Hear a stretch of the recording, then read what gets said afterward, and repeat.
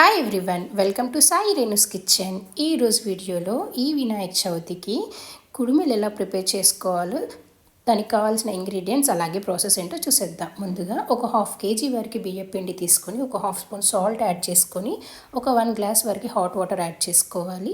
ఆ తర్వాత కొన్ని వాటర్ యాడ్ చేసుకుంటూ పిండి మొత్తం గట్టిగా కలుపుకోవాలి. ఆ తర్వాత ఇలా చిన్న చిన్న రౌండ్స్గా చేసుకొని ఇలా ప్రెస్ చేసుకోవాలి. ముందుగా అన్నీ ఇలా ప్రిపేర్ చేసి పెట్టుకోవాలి.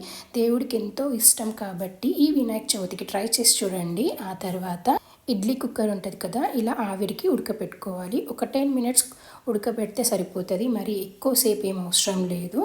ఇలా అన్నీ యాడ్ చేసుకొని ఆ తర్వాత మీడియం ఫ్లేమ్లో పెట్టుకొని ఒక 10 minutes ఉడకబెట్టుకోవాలి. ఒక 10 minutes అయిన తర్వాత తీసేసి ఒక 2 glasses వరకు కూల్ వాటర్ యాడ్ చేయాలి. ఇలా యాడ్ చేస్తే కుడుములు అనేవి అంటుకోకుండా ఉంటాయి, అందుకోసమే ఇలా యాడ్ చేసేసి తీసేయాలి. అంతేనండి, చాలా సింపుల్గా కుడుములు రెడీ.